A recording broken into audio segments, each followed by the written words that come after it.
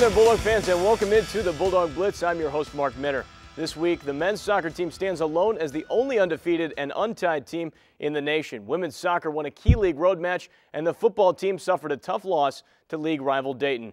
But first, 3 more road games in the Horizon League. That is all the women's volleyball team is hoping for. They will start a 3-game swing on the road this week before closing out the regular season at home. Right now, their record stands at 9-1 in league play, and if they're able to finish in first in the regular season, they will host the Horizon League Championship Tournament.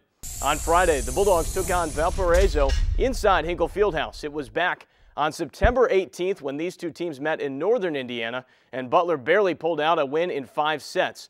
It would be a much different story at Hinkle as the Crusaders were swept in a match that only lasted an hour and 15 minutes.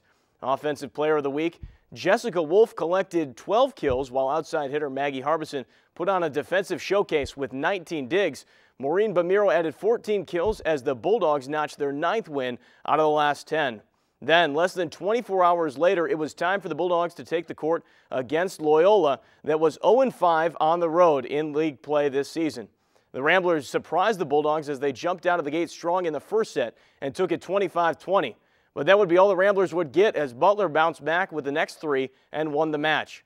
With the win, head coach Sharon Clark became the all-time winningest coach in Butler women's volleyball history with 170 wins. Maggie Harbison was exceptional again with 13 kills, 9 digs, 5 blocks, a couple of aces, and no errors.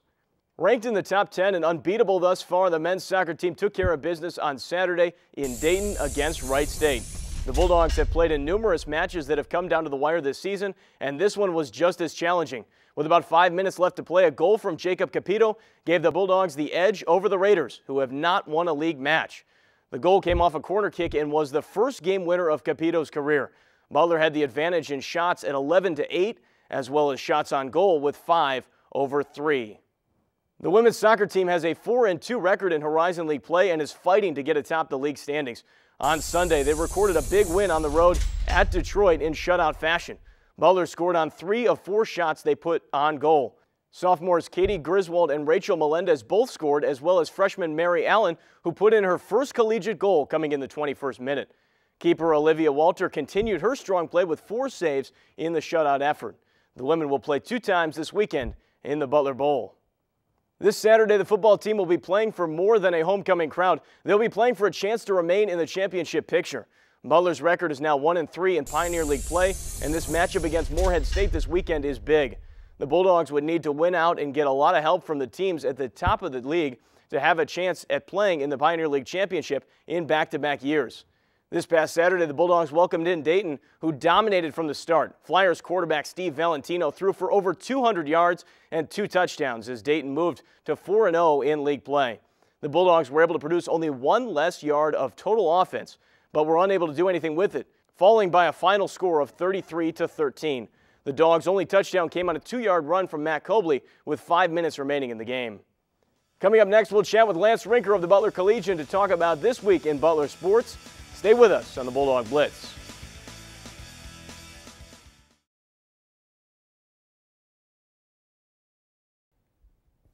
Hey there, welcome back on to the Bulldog Blitz, joined by Lance Rinker once more, sports writer for the Butler Collegian. We give him a week off, and then he's back to work.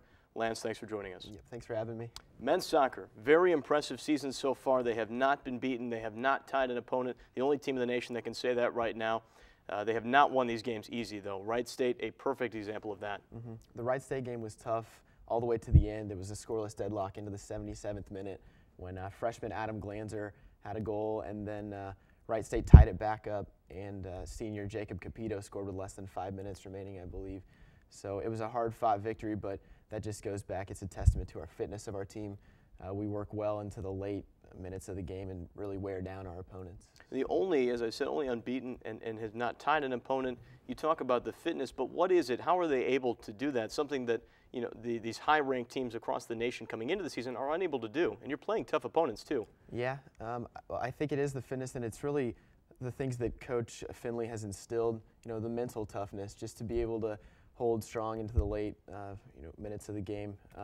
And right now the offense is working really well. We beat Bowling Green in the game before Wright State 5-0. Yep. And every one of our forwards had a goal, so that's huge. Right now we just have the momentum going for us, and It's hard to stop a team when they're driven mentally and physically with that sort of momentum. And Wright State shows you a team that had not beaten another opponent in the league. They can provide a tough challenge, but as you look forward, what's the game that you're circling? What's the toughest matchup? I think the game I'm circling has to be the Indiana game. It's down in Bloomington. IU perennially is a powerhouse in men's soccer, so that's going to be a tough game. And then conference-wise, our last regular season game of the year is Cleveland State, and they always give us a tough game, so those two games will definitely be tough. Women's volleyball, there's another team on a roll right now, 9-1 in league play. They've got that win over Valpo on Friday, which I thought was going to be much tougher than the hour 15 match indicated. Yeah, it was a 3-set win, and they're playing so well right now. They've won 5 straight, and soccer has a lot of momentum going for them too, but volleyball also. Yeah. They've won 5 straight. They're playing very well, hitting well up front, reducing hitting errors. The back row is solid. So good things from women's volleyball. They turn around then on Saturday and play Loyola, a team that was struggling in league play, and maybe a little bit tougher challenge than Valparaiso, but they still pull it out in the end. Yeah, the girls got off to a slow start, lost the first set 20-25, and then regrouped and won the next 3 sets to clinch that victory. So. And then they have a 3-game road swing coming up before they return to finish out the season at home. These 3 games are very vital to them. Yeah. Those 3 games, including a game versus UIC, who we've already beaten earlier in the season. So I think Cleveland State's in there also. So beatable teams, but it's not going to be easy. Loyola, you said, was struggling in conference play, but really offered a tough opponent.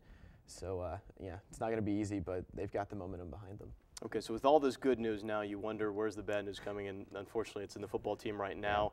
The big loss to Dayton, 33-13 at the Butler Bowl. Talk about that one.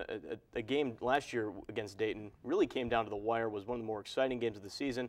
This year, not so much. No, Dayton is a top team in the Pioneer League. They're undefeated 4-0, as you mentioned. And it's perplexing when you look at the box score. There was a 1-yard offensive differential. They had 349 yards to our 348.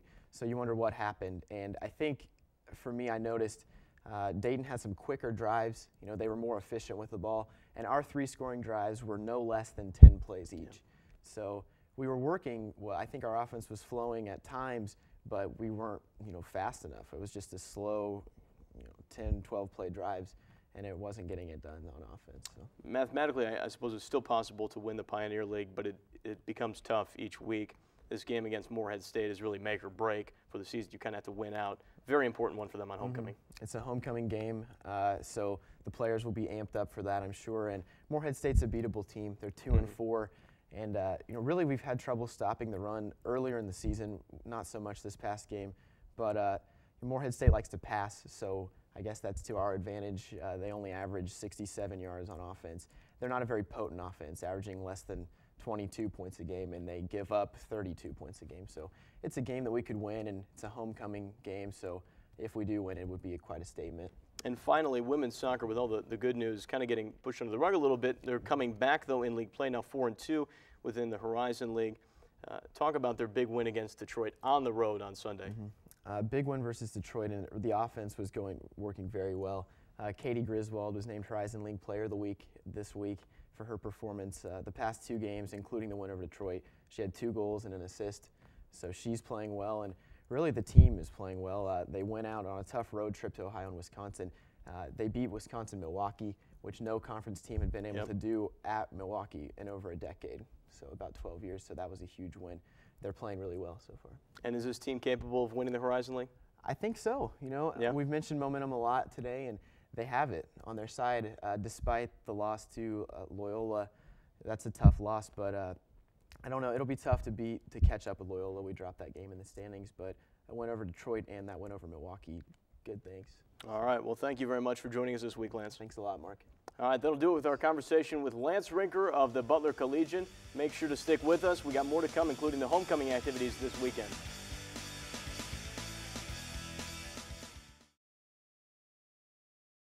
Homecoming is finally here, and on top of all the campus events this weekend for homecoming, there will be plenty of games to watch. On Friday, the women's soccer team will host Youngstown State, which will get underway at 4 p.m.